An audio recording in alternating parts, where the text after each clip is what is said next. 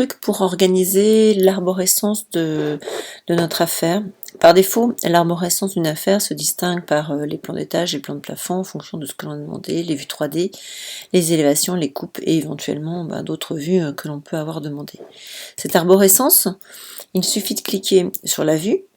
En cliquant sur la touche droite, on a organisation de l'arborescence et là, on peut très bien venir organiser différemment les vues, les feuilles, mais aussi les nomenclatures quand on en a. Si je commence par les vues, il est tout à fait possible de créer une nouvelle organisation. Vous voyez que par défaut, il existe une organisation qui s'appelle Tout. Et puis ici, vous en avez une qui s'appelle Vue, qui a déjà été créée.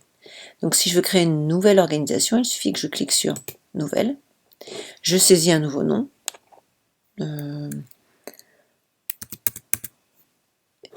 S pour essai. OK. Et là, je peux soit faire un filtrage, c'est-à-dire en fonction de certains paramètres, choisir d'afficher ou de ne pas afficher les éléments, ou bien le regroupement par tri. On va venir trier les éléments. Dans un premier temps, par exemple, on peut dire, voilà, je vais faire apparaître mes éléments par niveau associé. Mes plans seront uniquement par les niveaux. Et puis ensuite, je vais venir les classer par discipline. On va voir ce que ça donne. Et là, je clique sur OK.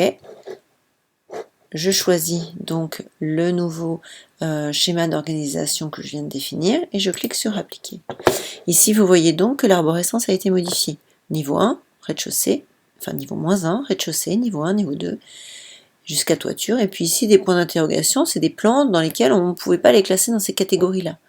Si je rentre à l'intérieur d'une catégorie, je vois ce que j'ai défini en deuxième, c'est-à-dire la discipline, soit architecture, soit coordination.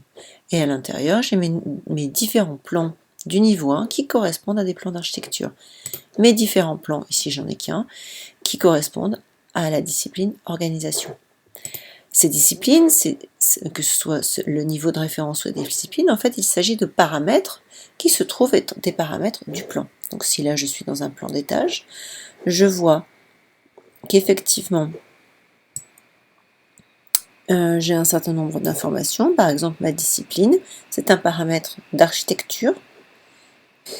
Je peux très bien rajouter d'autres paramètres. Ici, par exemple, on s'est amusé à rajouter des paramètres de texte, classement du type de vue, donc plan projet, phase projet maîtrise d'œuvre, DCE. Donc là, simplement, j'ai le choix entre plusieurs éléments parce que j'ai défini ces nouveaux paramètres et je pourrais classer mes différentes feuilles en fonction de ces paramètres et mes différentes vues également en fonction de ces paramètres.